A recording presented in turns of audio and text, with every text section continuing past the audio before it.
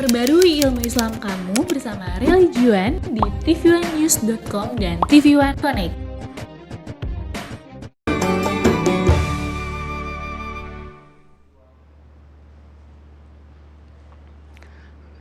Assalamualaikum warahmatullahi wabarakatuh.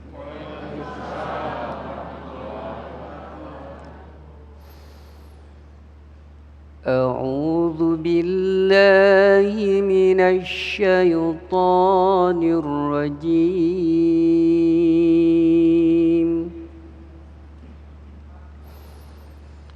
Bismillahirrahmanirrahim.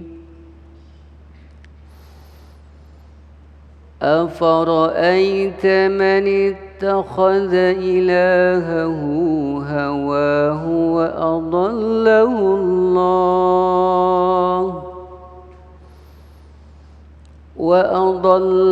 Allah ala ilmin wa khatama ala sam'ihi wa qalbihi wa ja'ala ala basarihi ghishawah فمن يهديه من بعد الله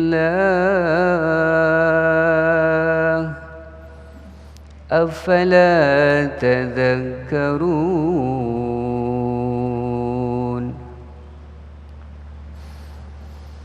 وقالوا ما هي إلا حياتنا الدنيا نموت ونحيا وما يهلكنا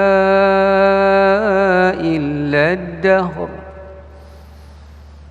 وما لهم بذلك من علم إن هم إلا يظنون صدق الله العظيم. Assalamualaikum warahmatullahi wabarakatuh.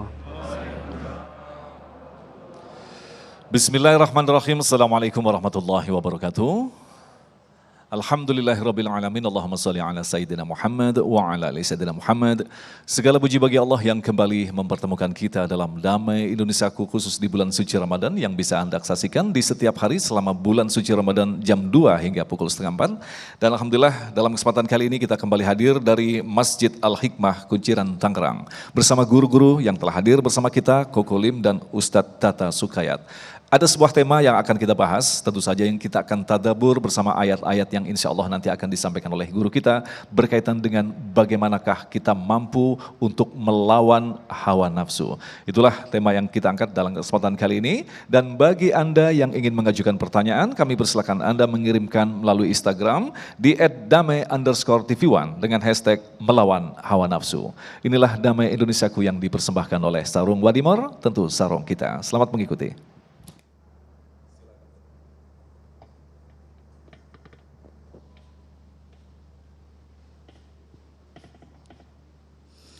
Assalamualaikum warahmatullahi wabarakatuh.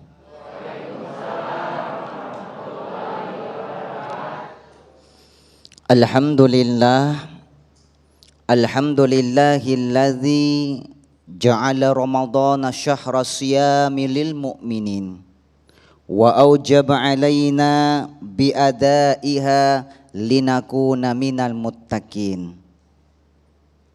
Assalatu wassalamu ala man la nabiyya ba'dah Sayyidina Muhammadin wa ala alihi wa ashabihi wa man tabi'ahum bi ihsanin ila yaumiddin. Subhanaka la ilma lana illa ma 'allamtana innaka antal alimul hakim.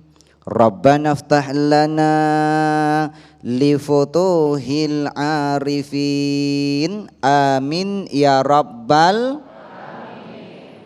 hadratul makaramin, segenap para alim ulama, para asatid, para ustazat, para tokoh masyarakat, tokoh adat, tokoh pemuda, segenap dari pengurus Masjid Al-Hikmah yang kita muliakan, sahabat Kokolim, guru kita nanti Al-Mukarram Ustadz Yayat Sukayat, sahabat baik Kokolim Mas Agung Izul Haq, dan wabil khusus segenap pemirsa pecinta damai Indonesiaku TV One yang insya Allah senantiasa mendapatkan rahmat dan keberkahan Allah Subhanahu wa ta'ala.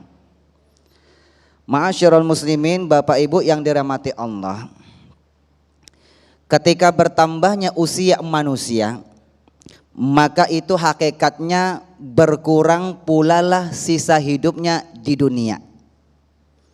Jadi ketika bertambahnya usia kita selama 1 hari, maka itu hakikatnya berkurang pulalah sisa hidup kita di dunia selama 1 hari. Ketika bertambahnya usia kita 1 pekan, pada hakikatnya berkurang pulalah sisa hidup kita di dunia selama 1 pekan. Ketika bertambahnya usia kita selama 1 bulan, hakikatnya berkurang pulalah sisa hidup kita di dunia selama 1 bulan. Begitu pulalah ketika bertambahnya usia kita selama 1 tahun, maka hakikatnya berkurang pulalah sisa hidup kita di dunia selama 1 tahun. Alhamdulillah, tampak terasa sekarang kita sudah memasuki Ramadan yang ke-7. Ayah bunda, Ramadan itu bulan madrasah, bulan mendidik manusia agar manusia menjadi manusia yang lebih baik. Kenapa? Karena karena manusia yang baik pasti punya masa lalu. Setiap manusia yang baik pasti punya masa lalu, dan tidak ada orang jahat yang tidak punya masa depan. Artinya apa ayah bunda? Manusia itu sama-sama memiliki kesempatan yang sama untuk berubah menjadi insan yang baik. Jadi alhamdulillah ayah bunda pemirsa, hari ini kita ketemu bulan Ramadan yang ke-7. Itu tandanya Allah memberi kita kesempatan untuk menjadi insan yang lebih baik. Karena saat ini kita sedang berada dalam universitas kehidupan. Universitas kehidupan. Kalau universitas yang formal, kita dikasih pelajaran dahulu baru dapat ujian, Pak. Dikasih pelajaran dahulu baru kita diuji. Tapi dalam universitas kehidupan kita diuji dulu baru kemudian kita mendapatkan sebuah pelajaran. Nah, sekarang bulan puasa Ramadan, kita selalu dengar ayah bunda selalu dengar begini, Pak. Puasa Ramadan, puasa ibadah, puasa menahan hawa nafsu. Betul nggak Bu? Ibadah puasa menahan hawa nafsu. Hawa nafsu maknanya apa Bapak Ibu? Kalau secara paling gampang, hawa itu adalah keinginan atau hasrat. Sementara nafsu itu adalah jiwa. Bisa manusia, bisa tumbuh-tumbuhan, bisa hewan, semua yang berwujud dan semua dari manusia, semua manusia, hewan, tumbuh-tumbuhan, semuanya punya nafsu. Dengan adanya nafsu mendorong manusia untuk melakukan punya keinginan untuk melakukan sebuah tindakan tertentu. Setuju ayah bunda? Setuju Bapak Ibu? Nah, ayah bunda yang rahmati Allah Subhanahu wa ta'ala. Jadi nafsu ini ayah bunda, nafsu ini perlu kita kendalikan. Nafsu ini perlu kita kendalikan. Bahkan manusia selalu mengidentikan nafsu itu dengan selalu nafsu birahi. Selalu manusia mengidentikan nafsu itu dengan seks, birahi. Kenapa demikian? Karena nafsu yang berupa seks, dia merupakan energi yang paling terbesar. Saking besarnya, bahkan banyak manusia yang tidak mampu mengendalikan hawa nafsu yang ini. Terutama yang masih muda-muda nih ayah bunda. Seperti kita tadi kan masih bunda ya, ayah bunda, kita masih muda-muda nih semuanya ayah bunda. Kita semua ini masih ABG, hampir berusia gocap. Betul? Yang muda-muda jarang bisa mengendalikan yang satu ini ayah bunda. Makanya di sini jangan sampai ada yang STMJ, ada yang STMJ sudah tua masih jomblo. Yang STMJ punya organisasi namanya IPTN, Ikatan Pemuda Telat Nikah. Atau IPTEK, Ikatan Pemuda Telat Kawin. Tapi tenang, akan dapat istri-istri yang telaten, telat jadi pengantin. Ayah bunda yang dirahmati Allah Subhanahu wa ta'ala. Jadi nafsu itu ayah bunda selalu diidentikan sesuatu yang sesat, yang kurang baik. Makanya sebagai manusia hamba Allah yang soleh, kita harus bisa mengendalikan hawa nafsu. Nafsu ini harus kita tundukkan agar dia taat kepada syariat Allah Subhanahu wa ta'ala. Makanya dalam Al-Quran ayah bunda, Allah beri kita sebuah gambaran. Kalau kita baca surat Shad ayat 26, Allah beri kita gambaran, Ya Dawud, inna ja'alnaka khalifatan fil ardh, fahkum bainan nas bil haqq, wa la tattabil hawa, fayudillaka an sabilillah. Wahai Dawud, kami jadikan engkau sebagai seorang khalifah, seorang pemimpin, seorang penguasa. Maka tatkala engkau memutuskan suatu perkara kepada antara manusia, kau memutuskan perkara antara manusia, maka putuskanlah dengan cara yang adil. Kenapa dengan cara yang adil? Wala tattabi'il hawa, jangan kau ikuti hawa nafsumu. Kalau kau ikuti hawa nafsumu, fayudillaka an sabilillah, dia selalu menyesatkan engkau dari jalan Allah Subhanahu wa ta'ala. Jadi ayah bunda yang dirahmati Allah Subhanahu wa ta'ala, sudah kelihatan di sini ayah bunda, sudah kita bisa ambil kesimpulan bahwa nafsu itu identik sesuatu condongnya kesesatan ayah bunda. Betul ayah bunda? Setuju ya? Makanya baginda Rasulullah mengajarkan salasun muhlikat wa salasun munjiat. Ada 3 perkara yang membinasakan. Apa 3 perkara yang membinasakan nih ayah bunda? Yang pertama, syuhun muta'. Apa syuhun muta' itu?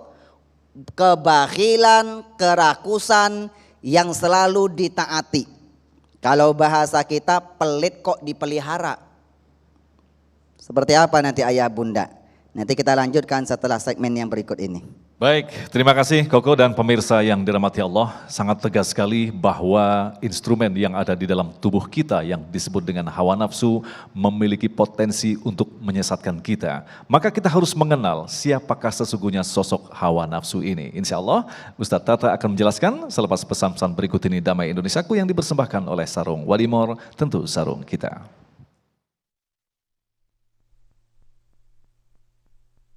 Baik, terima kasih pemirsa, Anda masih bersama kami Damai Indonesiaku yang mengangkat tema tentang bagaimanakah kita mampu berjihad melawan hawa nafsu. Berbicara tentang melawan hawa nafsu, kita harus tahu dan mengenalinya apa sesungguhnya hawa nafsu tersebut. Dan yang paling penting, bagaimanakah kita mampu untuk jujur mendakwahi diri kita sendiri. Mungkinkah itu? Kiai Tata akan menjelaskan pada kita. Silakan, Kiai.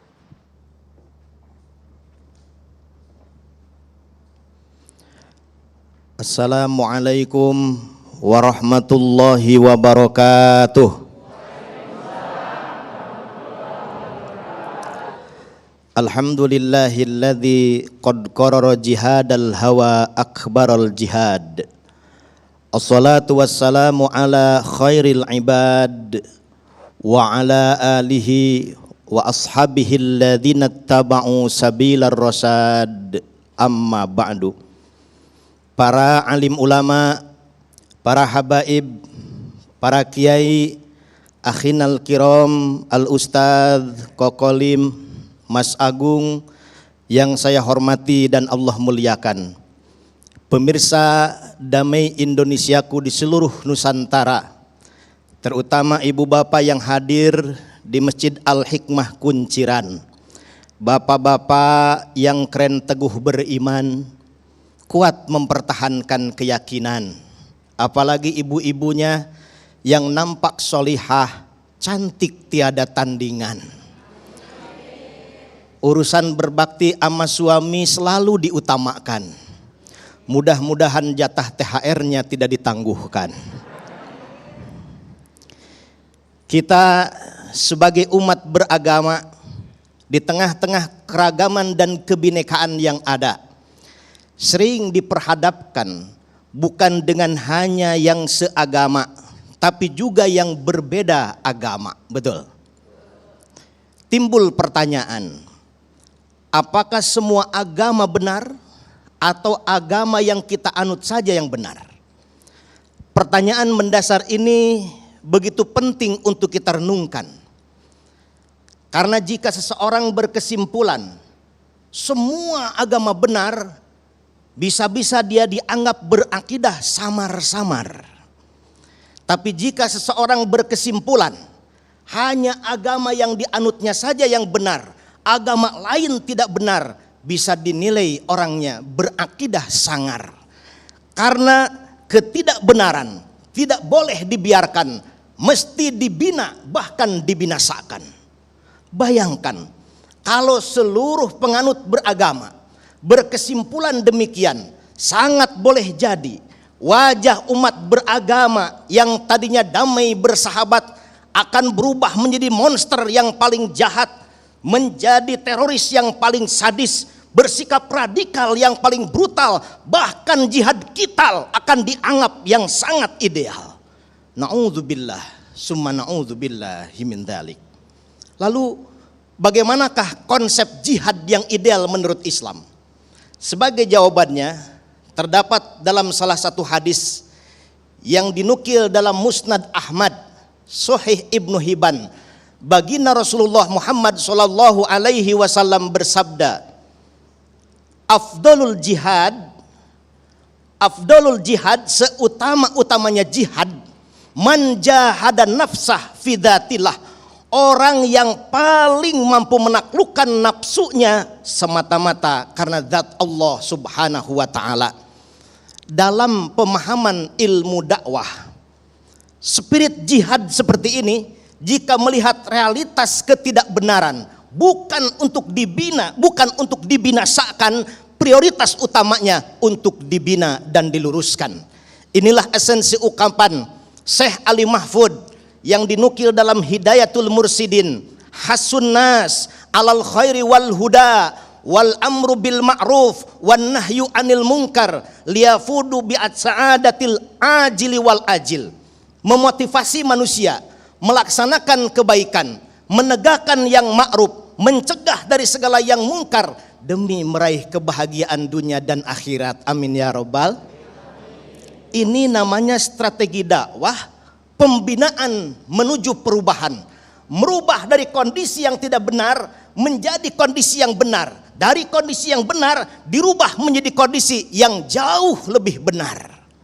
Ternyata ibu bapak sekalian, teori perubahan mengatakan semua perubahan cepat, radical change, selalu diawali dari perubahan yang bertahap, gradual change. Semua perubahan besar senantiasa dimulai dari perubahan kecil. Pantas Allah Subhanahu wa taala dalam Al-Qur'an surah Ar-Ra'd ayat 11 berfirman, "Innallaha la yughayyiru ma biqaumin hatta yughayyiru ma bi anfusihim."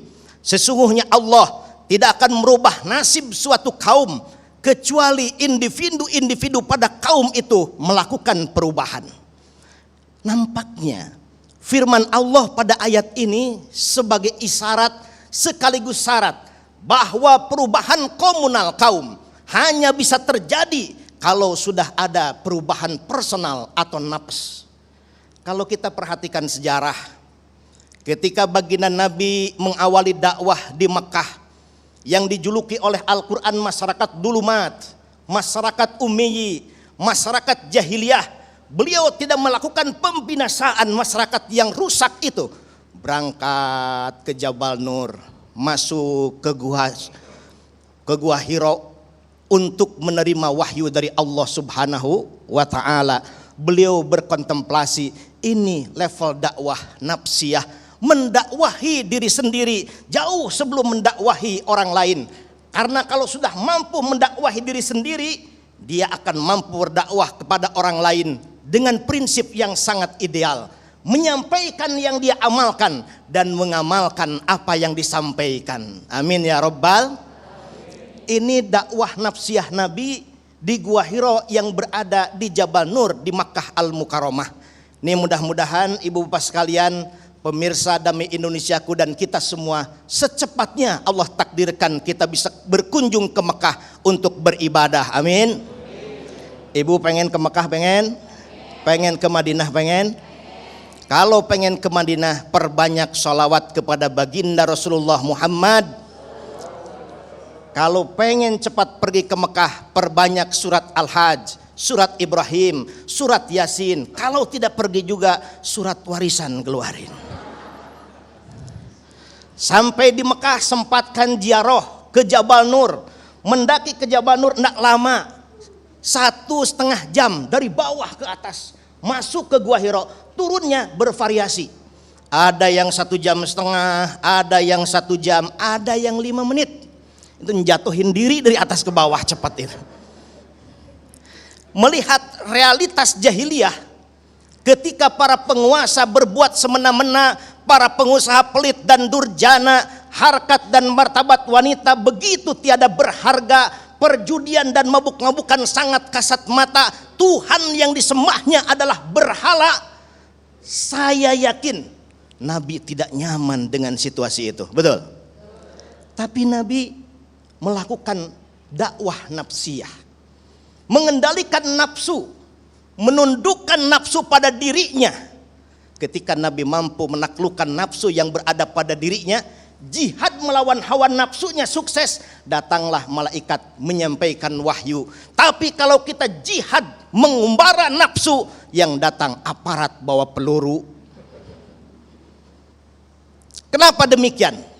Karena manusia siapapun kita memiliki 2 potensi. Dalam Al-Quran surah As-Sams ayat 7-8 Allah berfirman, wa nafsi wa ma sawwaha fa'alhamaha fujuraha wa taqwaha. Kita ini punya potensi baik dan potensi buruk. Maka kadang-kadang kita jadi manusia yang soleh, kadang-kadang terjerembab jadi manusia yang salah. Kadang-kadang ibu kaki melangkah ke majlis taklim, tapi kadang-kadang senang ke majlis taklazim. Naudzubillahi min dzalik. Mudah-mudahan ibu bapak sekalian, kita semua bisa berjihad melawan hawa nafsu kita. Amin ya Rabbal alamin. Wallahul muwaffiq ila aqwamit thoriq. Wassalamualaikum warahmatullahi wabarakatuh. Waalaikumsalam warahmatullahi wabarakatuh. Terima kasih Kiai. Alhamdulillah guru-guru kita telah memberikan paparan sebagai pengantar kita untuk diskusi lebih dalam lagi dalam segmentasi selanjutnya. Di segmen yang ketiga, siapkan pertanyaannya, kita akan jawab selepas pesan-pesan berikut ini. Damai Indonesiaku yang dipersembahkan oleh Sarung Wadimor, tentu sarung kita. Baik, terima kasih pemirsa yang dirahmati Allah. Kembali kita bersama Damai Indonesiaku dan alhamdulillah telah terkumpul beberapa pertanyaan dari jamaah Masjid Al-Hikmah ya. Kita akan mulai dari Pak Widodo. Silakan Pak, dibuka maskernya. Baik. Assalamualaikum warahmatullahi wabarakatuh. Pak Ustadz yang saya hormati, setiap bulan Ramadan hadir itu adalah harapan kaum muslim dan muslimat sedunia. Karena di situ pahalanya sangat besar. Namun ada juga yang melalaikan tentang kehidupan bermasyarakat. Dari sahur habis sahur, siang ibadah, malam ibadah, tarawih beribadah, terus berputar. Sehingga kemasyarakat kita tinggalkan. Sedangkan di kehidupan nyata semacam itu ada istilah hablu minanas dan hablu minallah. Nah itu menurut Pak Ustadz, yang berlebihan semacam itu boleh atau tidak? Terima kasih Pak. Assalamualaikum warahmatullahi wabarakatuh. Assalamualaikum warahmatullahi wabarakatuh. Pertanyaan menarik sekali Koko, silakan.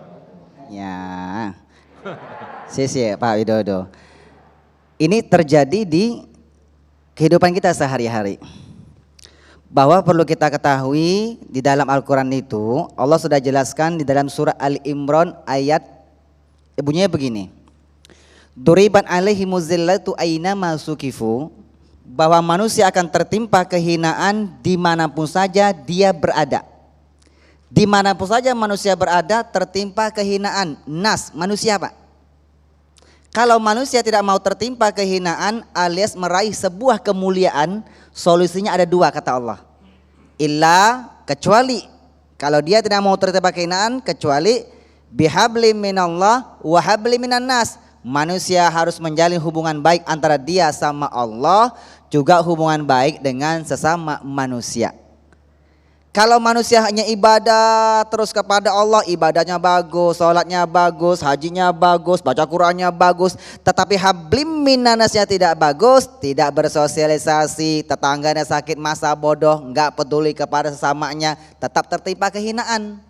Begitu juga sebaliknya. Kalau hablim minanasnya bagus, bertetangganya bagus, masyarakatnya bagus, tapi hablim minallahnya enggak bagus, tidak pernah menyembah kepada Allah, tidak beribadah kepada Allah, tetap tertimpa kehinaan. Jadi dua-duanya harus selaras. Hablim minallah juga harus bagus, hablim minanas juga harus bagus.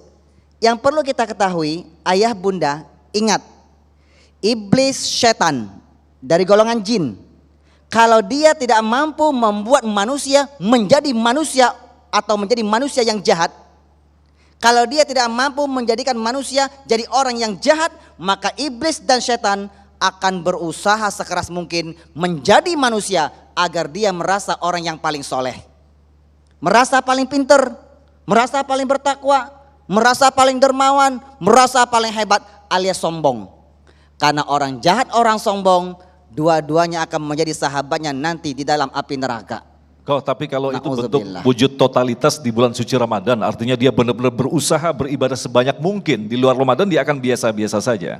Konteksnya seperti ini kok, misalkan begitu. Karena ini orang ketika terjadi seperti itu Mas Agung yang mulia, berarti dia memahami keutamaan di bulan Ramadan. Karena dia tahu Ramadan itu datang setahun cuma sekali. Kan begitu? Belum tentu tahun depan dia ketemu Ramadan, karena dia tahu Ramadan itu bulan keberkahan, bulan keagungan, di mana di dalamnya amal kebaikan dilipat gandakan oleh Allah Subhanahu wa taala. Mumpung bulan Ramadan dia perbanyak amal soleh, itu bagus. Kenapa bagus? Sedangkan karena dia imannya sedang naik tuh ayah bunda. Perlu kita ketahui ayah bunda Mas Agung, bahwa manusia itu terdiri 3 unsur. Yang dikatakan manusia, dia ada jasad. Nih jasad nih. Lalu ada ruh. Dalam jasad ada ruh. Ruh dari mana? Ruh itu dari Allah. Maka ruh tidak pernah berbuat jahat. Sejahat apapun orang bapak ibu, dia tidak bisa membohongi ruhnya. Dia punya hati ruhani. Wa anfukhu fihi meruhi. Karena ruh itu Allah tiupkan dari ruhku kata Allah. Tapi di samping ada ruh, itu ada korin. Korin itu lawannya ruh. Kalau kita suka nonton ayah bunda, itu suka diilustrasikan. Kalau kita pengen berbuat jahat, tiba-tiba di sini ada yang baik Pak. Jangan. Kalau jangan. Kata yang ruh, kata yang ketika kita pengen mencuri, nauzubillah, kata ruh ini jangan. Nanti kau akan berdosa, kau akan dimurka Allah. Kata yang korin, ayo ambil kesempatan. Kau tak mencuri kok. Kau ini hanya mengambil diam-diam saja. Ambil. Begitu dia ketahuan ayah bunda, digebukin, di penjara, dia nyesel Pak. Kenapa? Ketika dia tadi mencuri, beramal yang tidak baik, berlakukan perbuatan maksiat, melanggar perintah Allah, itu korinnya lagi naik Bapak Ibu. Tapi ketika dia sudah tobat, karena ibadah, dia istighfar, dia ingat kepada Allah, ruhnya lagi naik. Baik. Makanya kata Rasulullah, al-imanu yazid wa yanqus. Iman kadang-kadang naik, kadang-kadang turun. Naik ketika bitta'ah, turun ketika melakukan perbuatan maksiat. Jadi ada jasad, ada korin, ada ruh. Itulah tadi yang diceritakan oleh Al-Muqarrab Ustadz Tata Sukayat tadi menceritakan dalam Al-Quran surah As-Sammas, fa'alhamaha fujuraha wa taqwaha. Ketika jasad sudah jadi Pak, Allah ilhamkan sifat ketakwaan, ada ruhnya. Wa fujuraha, ada korinnya. Betul ayah bunda? Oleh karena itu mumpung di bulan Ramadan, silakan kita perbanyak amal ibadah, kita perbanyak amal soleh. Baik, terima kasih Ko. Yang berikutnya kami persilakan Ibu Erni, silakan. Assalamualaikum warahmatullahi wabarakatuh. Yang saya hormati Kokolim, Ustadz Tata dan Mas Agung, nama saya Ibu Hajah Erni Siregar. Pertanyaan saya berkaitan dengan bermedsos. Hawa nafsu bermedsos pada saat ini, bahkan di bulan suci Ramadan saja luar biasa. Sampai kadang-kadang membunuh karakter orang lain yang tidak kuat mentalnya. Kiranya bagaimana kiat di bulan-bulan selanjutnya, bahkan di bulan suci Ramadan saja sudah demikian besar hawa nafsu ini. Baik. Bagaimana cara kita berjihad, bahkan berjihad melawan hawa nafsu ini, yang dimana sisi kiri kanan kita juga bermedsos yang lebih banyak hoaxnya. Terima kasih, hanya itu saja pertanyaan Luar biasa saya. pertanyaan. Wassalamualaikum warahmatullahi wabarakatuh. Waalaikumsalam warahmatullahi wabarakatuh. Silakan Ustadz Tata yang menjawab untuk pertanyaan ini. Terima kasih Mas Agung, Ibu Eti ya. Erni. Oh sudah ganti namanya Bu Erni. Ya, Bu Erni, ini pertanyaannya sangat fenomenal. Kalau kita jujur, benda yang tidak bisa lepas dari hidup dan kehidupan kita itu smartphone. Sebelum tidur kita lihat itu, bangun tidur juga lihat suami. Lihat. Kita hampir terikat. Bagaimana kiatnya? Itu kan keinginan yang lost atau di luar kontrol akal. Maka cara menaklukkannya, para ulama tasawuf memberikan tuntunan kepada kita, jihad melawan hawa nafsu itu dengan 3 tuntunan. Yang pertama, melakukan takhalli, mengosongkan jiwa kita dari sifat-sifat buruk, sifat-sifat negatif. Tadi pertanyaannya sudah menyadari, ini sifat buruk, sifat negatif, ketergantungan pada medsos, kecanduan dengan medsos, itu sifat buruk. Ini modal besar. Kalau sudah menyadari itu sifat buruk, maka lakukan takhalli, kosongkan itu. Tinggalkan itu. Gunakan medsos sesuai kebutuhan, bukan sesuai keinginan. Yang kedua, gunakan medsos sesuai dengan kemanfaatannya. Jika tidak manfaat, tinggalkan. Nah, kemudian yang kedua, kalau sudah bisa meninggalkan semangat bermedsos yang berlebihan itu, setelah bisa itu, yang kedua, tahalli. Isi jiwa kita dengan nilai-nilai positif. Yang biasanya sebelum tidur pegang handphone, sekarang ganti pegang tasbih umpamanya. Sebelum tidur biasanya lihat handphone, sekarang sebelum tidur lihat Al-Quran, baca Al-Quran. Bangun juga demikian. Ini pengisian jiwa yang sudah kosong tadi dari sifat-sifat negatif, diisi dengan sifat-sifat positif dan produktif. Apa hasilnya? Yang ketiga, hasilnya akan tajalli. Kita akan merasakan kedekatan dengan Allah yang hadir baik ketika terbangun ataupun ketika tidur, dan kita akan melepaskan itu semua. Karena tidak ada lagi hal yang menyenangkannya kecuali dia ingat kepada Allah Subhanahu wa taala. Tetapi untuk membiasakan hal itu, untuk merubah sesuatu kebiasaan yang setiap saat kita lakukan dan akhirnya kita menarik diri, Kiai, ada kiat-kiat yang agar kita benar-benar total di sana untuk meninggalkannya. Ya, yang pertama memang faktor lingkungan berpengaruh ya. Jadi membuat lingkungan, mungkin kalau anak-anak remaja bikin IRMA, Ikatan Remaja Masjid, lebih aktif di situ, diskusi, baca buku, tadarus. Kalau ibu-ibu mungkin bikin INEM lah, Ikatan Nenek-Nenek Masjid begitu kurang lebih. Masa di masjid lagi pegang mushaf Al-Quran, pegang handphone juga, kecuali di dalamnya memang buka mushaf Al-Quran. Yang kedua, komitmen yang kuat dari individu masing-masing. Sekuat apapun lingkungan memproteks itu, kalau di dalam belum tumbuh yang diajarkan para ulama tasawuf 3 tahapan tadi, ini berat. Nah, sehingga ada ungkapan ibda binafsik, mulailah pada diri masing-masing. Itu yang paling kuat. Insya Allah ibu bisa, karena sudah niat dan merasa itu adalah penyakit.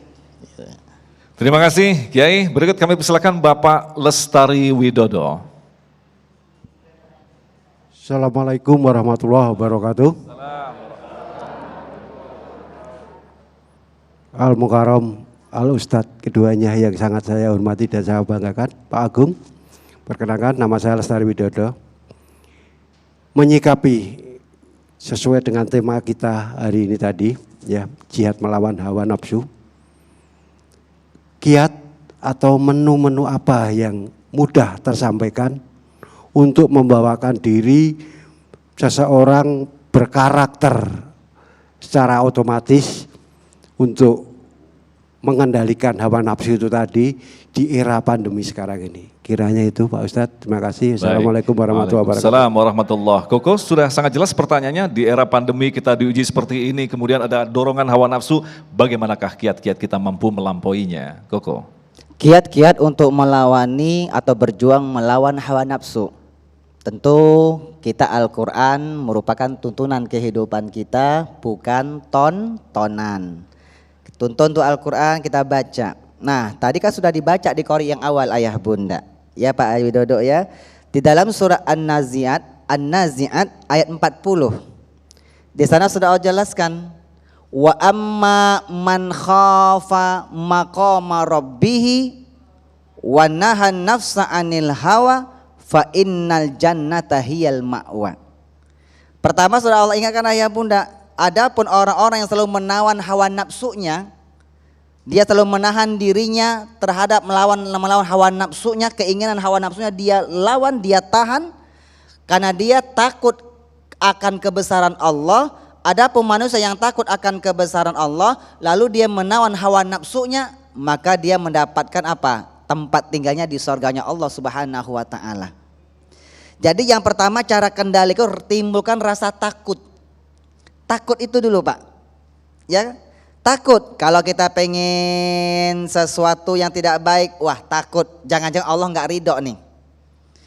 Tiba-tiba ada yang minta sedekah, kita ada uang nih Pak, nggak mau kita kasih Pak. Kadang-kadang jujur ya Bapak Ibu ya, kita itu lebih gampang zakat mal ketimbang zakat mal. Kalau sedekah itu kadang-kadang pakai tenaga dalam Pak. Berat sekali Bapak Ibu. Nih kalau enggak saya ada uang nih, dia minta, enggak saya kasih, takut jangannya Allah murka kepada saya.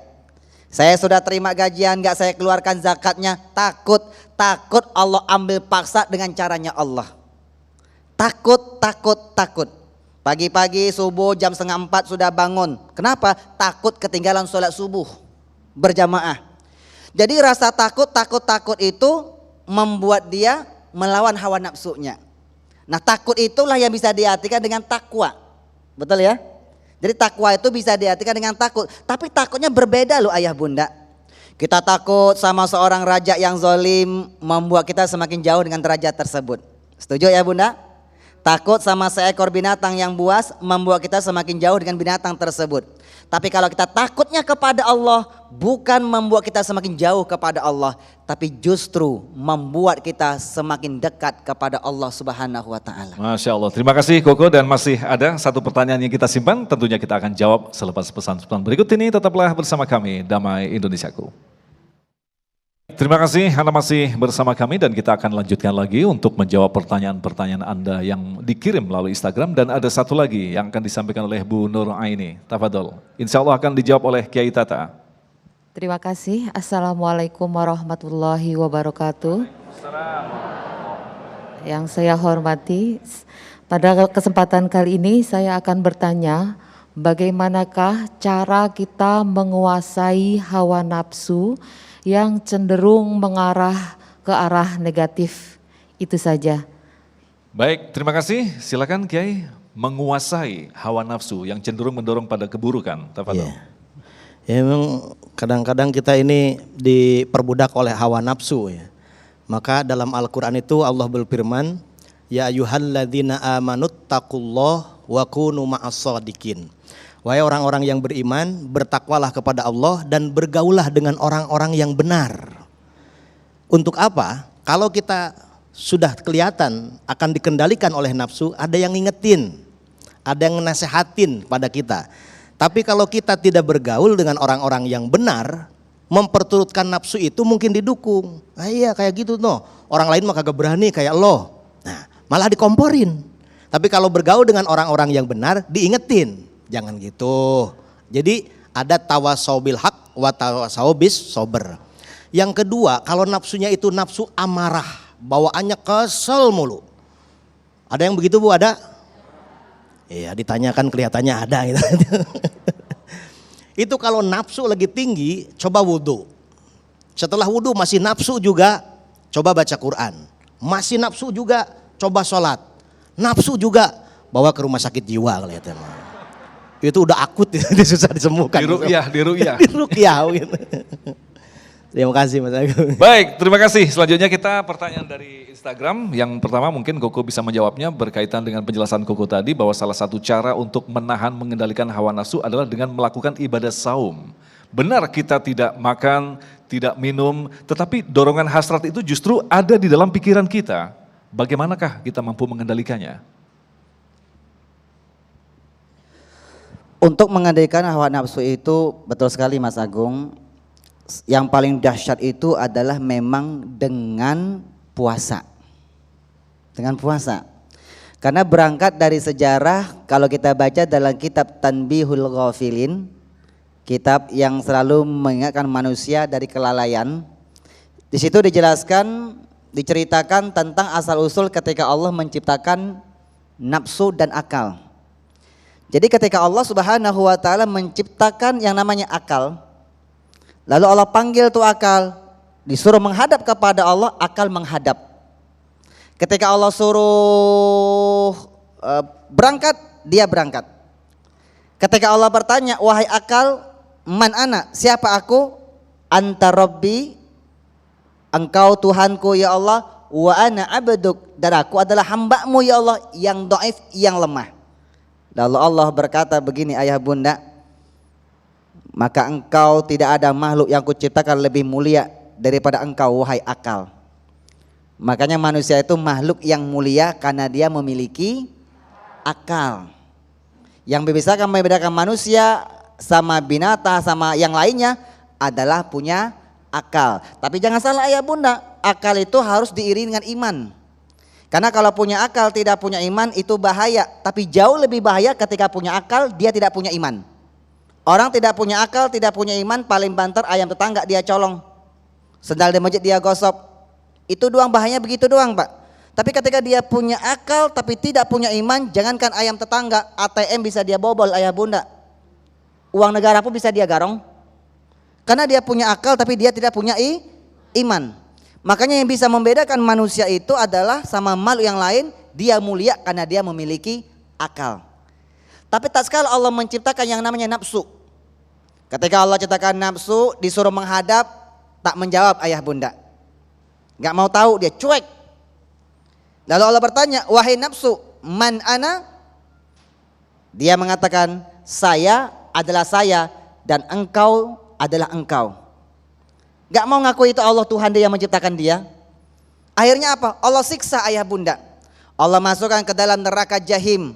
Neraka yang apinya begitu panasnya luar biasa sampai 100 tahun ayah bunda. Lalu sampai 100 tahun ini nafsu dikeluarkan oleh Allah. Ketika ditanya lagi oleh Allah, ya nafsu, man ana? Lalu nafsu mengatakan siapa aku? Kata nafsu, engkau adalah engkau dan aku adalah aku. Disiksa lagi oleh Allah ayah bunda, disiksa lagi. Yang tadi awalnya masuk dalam api neraka jahanam, yang ke ini ayah bunda disiksa, dimasukkan dalam neraka neraka yang penuh dengan kelaparan selama 100 tahun. Begitu selama 100 tahun dikeluarkan oleh Allah. Ketika ditanya, wahai nafsu, man anta wa man ana, siapa kamu dan siapa aku? Nafsu mengatakan, anta Rabbi wa ana abduk, aku adalah hambamu yang dhaif ya Allah. Ternyata nafsu bisa dilemahkan dan dia bisa dikalahkan dengan kelaparan. Makanya bisa menundukkan hawa nafsu kita dengan lapar.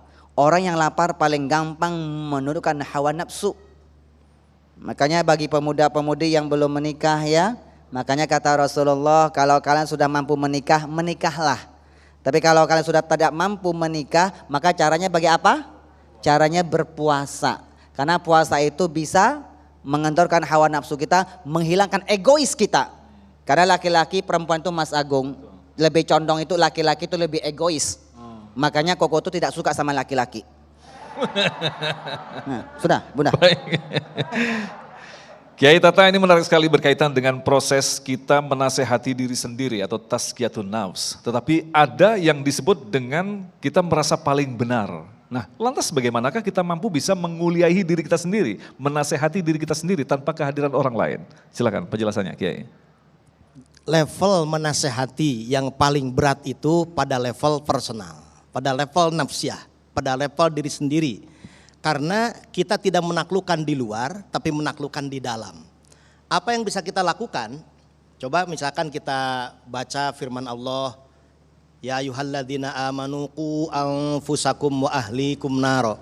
Kalau ngomelin anak gampang, ngomelin orang lain gampang, tapi perintah yang pertama itu qu anfusakum, wiqayatun nafs. Wiqayatun nafs itu ada 3 gerakan. Yang pertama tazkiyatun nafs, membersihkan jiwa kita dari segala kotoran-kotoran pikiran termasuk dosa dan lain sebagainya. Ini yang berat. Kita melihat ke dalam. Wa fi anfusikum afala tubsirun. Yang kedua muraqabatun nafs, meningkatkan ibadah kita secara kualitas dan kuantitas. Belum mikirin orang lain, pokoknya saya aja dulu pribadi. Nah, yang ketiga baru jihadun nafs, jihad melawan hawa nafsu. Jika 3 tahapan ini sudah dilalui, orang yang melihat akan terinspirasi dengan perbuatan kita, maka artinya kita juga sudah berdakwah kepada orang lain. Dilalatul hal afsahum min dilalatil maqal. Kita berdakwah dengan bahasa perbuatan kita. Tapi kalau kita sudah berbuat, orang juga tidak paham, kita menerjemahkannya gampang. Kita tidak hanya menyatakan sesuatu, tapi orang sudah bisa melihat sesuatu. Misalkan kepada anak. Kalau kita sudah sholat malam, anak melihat belum terinspirasi, baru kita ngomong, nah sholat malam dong, kayak abah, kayak emak. Enak, nggak ada istilah dikembalikan kata-kata kita. Nyuruh aja emak sama abah, kapan sih sholatnya? Udah kick balik kita. Nah yang ketiga, kalau sudah itu dilakukan, contoh sudah, ngomong sudah, tapi orang tidak nurut juga. Ini ada istilah Mas Agung, begini bahasa saya, beli sirup di Tangerang, bawalah gelas dari kunciran. Kalau hidup pengen tenang, ikhlaslah dalam kehidupan. Begitu. Kalau melihat Mas Agung banyak inspirasi. Dan Kiai, kalau kita kaitkan apakah proses untuk bisa menguliai diri sendiri, menasehati diri sendiri ini ada konteks hidayah di sini Kiai? Ya betul. Seseorang yang punya kesadaran sendiri itu misalkan Bapak Ibu di antara 7 golongan yang akan mendapatkan perlindungan dari Allah di hari mahsyar nanti Mas Agung, yaitu orang yang bisa menangis di keheningan malam sendirian. Tidak karena mendengarkan bunyi-bunyian tertentu, tidak karena mendengarkan puisi ataupun orasi. Zakarallah khalian fafadot ainah, dia berlinang air matanya ketika sendirian. Orang seperti itu dia mendapatkan hidayah dari Allah. Ada hidayah yang otomatis Allah berikan, itu otoritas Allah yang punya. Tapi ada hidayah karena kasab kita, usaha kita. Dengan apa? Tarkul manahi, menjauhi hal-hal yang dilarang. Wa tarkul ma'asi, menjauhi hal-hal yang berupa kemaksiatan. Al-Imamul Ghazali menyebutnya dengan the mirror theory atau teori al-mir'ah, teori cermin. Kalau ingin mendapatkan jiwa yang bersih, mampu menaklukkan nafsu, lakukan 3 hal. Kemungkinannya antara jiwa kita bersih atau kotor seperti cermin. Kalau cerminnya bersih, berhadapan dengan sumber cahaya akan tembus dengan cahaya. Tapi kalau cerminnya kotor, meskipun berhadapan dengan sumber cahaya, cahaya tidak maksimum tembusnya. Apalagi kalau cerminnya membelakangi cahaya, maka tidak akan pernah tembus dengan nur ilahiyah. Maka orang-orang yang sudah mampu melakukan tarkul manahi wa tarkul ma'asi, itu laksana cermin bening yang bersih, berhadapan dengan sumber cahaya. Semakin dekat dengan sumber cahaya, dia akan semakin mendapatkan penerangan dari nur ilahiyah.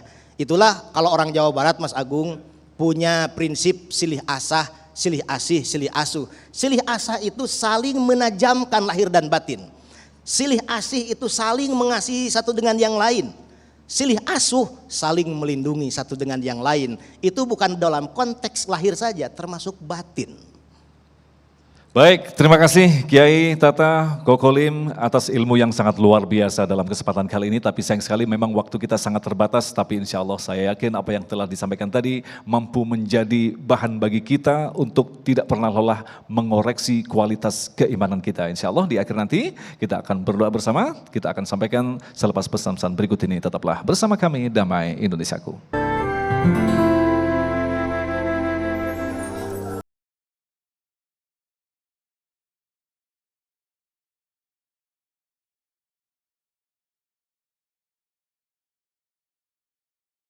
Assalamualaikum warahmatullahi wabarakatuh, pemirsa Damai Indonesiaku. Wabah COVID-19 menyebabkan perekonomian masyarakat terpuruk. Sejak diterapkannya physical distancing sampai saat ini, meskipun beberapa masyarakat sudah mulai menerima vaksin, aktivitas perekonomian masyarakat masih belum kembali normal. Terutama bagi para guru, ustadz atau dai yang menggantungkan hidupnya dari mengajar ngaji. Kabar Islam hari ini ingin mengajak Anda untuk melihat kisah salah satu guru ngaji yang dengan keikhlasannya tetap mengajar mengaji dengan penghasilan yang jadi teramat sangat kurang sejak adanya pandemi ini. Yang biaya untuk hidupnya sehari-hari saja mungkin sudah sulit, tapi ia tetap menerima anak-anak untuk mengaji secara gratis. Karena orang tua anak-anak tersebut juga adalah warga yang kesulitan ekonomi. Dari kebaikannya itulah Allah menolongnya dengan cara yang luar biasa. Takbir, Allahu Akbar. Takbir, Allah.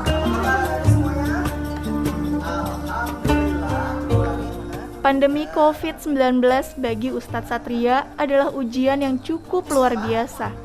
Kegiatan mengajarnya mendadak terhenti. Tidak hanya di sekolah, tapi murid-murid yang ia ajarkan secara pribadi pun menolak kedatangannya. Penghasilannya dari mengajar hilang, padahal saat itu ia harus membayar rumah kontrakan yang ditempatinya. Memang tidak mahal, hanya Rp4.500.000 setahun. Namun kondisi tidak memungkinkan untuknya membayar. Iya, memang pandemi kemarin ujian yang Masya Allah luar biasa. Cukup menguji keistiqomahan kita sebagai guru ngaji. Karena saya yang tadinya ada mengajar ngaji di Masjid Darussalam, ada yang mengajar ngaji di Taman Kenari Nusantara, ada beberapa yang di perumahan, itu tidak ingin bertemu. Dan secara tidak langsung, saya juga mengajar tadinya di perusahaan, mengajar ngaji di perusahaan yang mungkin butuh spiritual gitu ya. Dan qadarullah pas keadaan pandemi, ya semuanya banyak yang tumbang gitu ya. Secara perumahan dia tidak mau lagi bertemu, dan secara perusahaan dia mungkin agak kolab gitu, keuangan dan sebagainya, sehingga saya betul-betul di kondisi yang mana betul-betul pasrah. Ya Allah, dari mana lagi ini saya harus bertahan, karena saat itu ya Allah, saya masih ingat buka lemari, saya lihat anak saya yang masih kecil gitu ya, istri saya sedang hamil, dia butuh susu. Tapi saya juga sedang bergerak di amal soleh, tapi saya juga nggak mau mengharap apapun dari amal soleh itu. Yang penting saya yakin saya ada Allah, dan suatu saat Allah bantu saya. Maka pernah saya ceritakan, saya pernah bertahan hanya di 300.000 satu bulan, betul-betul dari seorang di Masjid Darussalam Kota Wisata yang biasa mengaji dengan saya, namun karena pandemi dia nggak mau ketemu sama saya karena pandemi tidak boleh ya. Tapi beliau masih minta nomor rekening saya, dan ketika itu beliau tetap mentransfer seperti kalau kita bertemu. Dan di situ saya masih bersyukur, ya Allah, alhamdulillah masih ada yang mensupport saya yang lagi berjuang di jalan Allah ini, membesarkan agama Allah.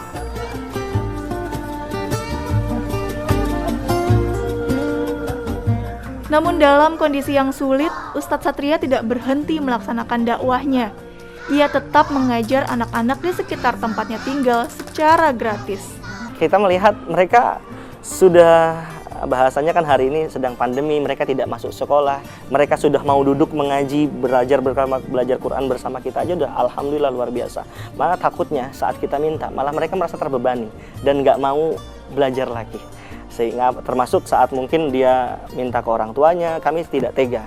Maka saya juga akhirnya ada kenalan, termasuk yang ada di tempat ini, ya bahasanya ini sudah ada masjid, sudah ada musola, sudah ada tempat, tinggal gurunya saja yang belum ada. Saya ngambil peluang itu.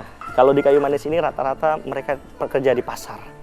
Rata-rata mereka penghasilannya mungkin bahasanya lebih baik untuk diri mereka saja. Bahkan ada orang tua yang mungkin malah melarang, bahasanya apa ya, tidak menganjurkan untuk belajar, malah untuk membantu di pasar.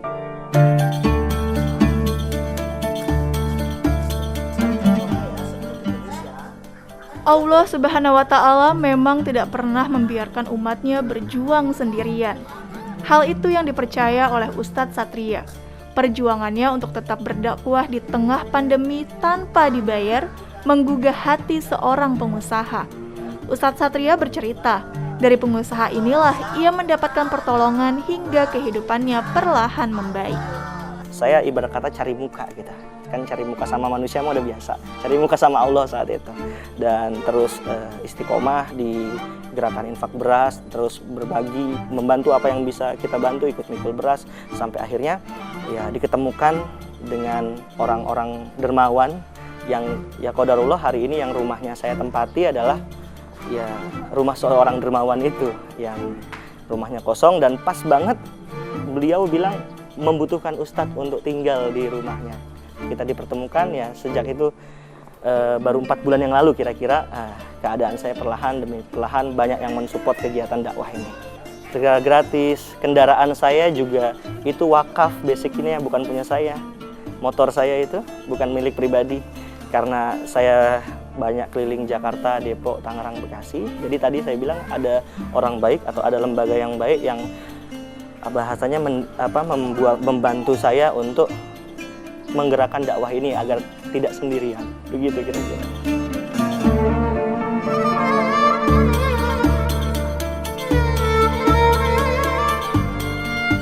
Mulai mengajar ngaji sejak tahun 2015, Ustadz Satria selalu merasa profesinya adalah yang terbaik.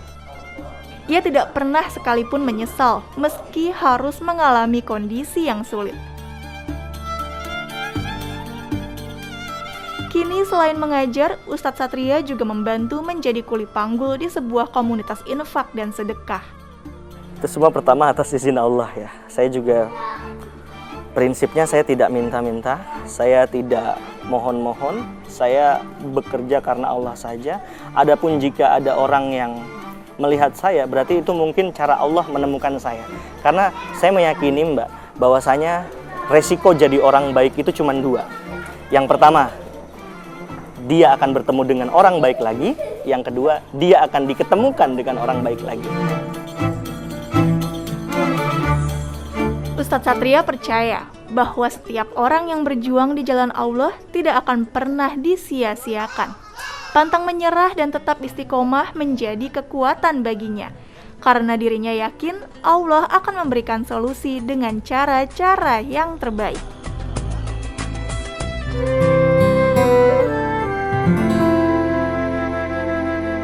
Sekian pemirsa yang dirahmati Allah, Damai Nusaku untuk kesempatan hari ini, dan insya Allah besok di Selasa 20 April kami akan menghadirkan Ustadz Hilmi Firdaus dan Ustadz Jailani dengan tema Bersabar Terhadap Ujian.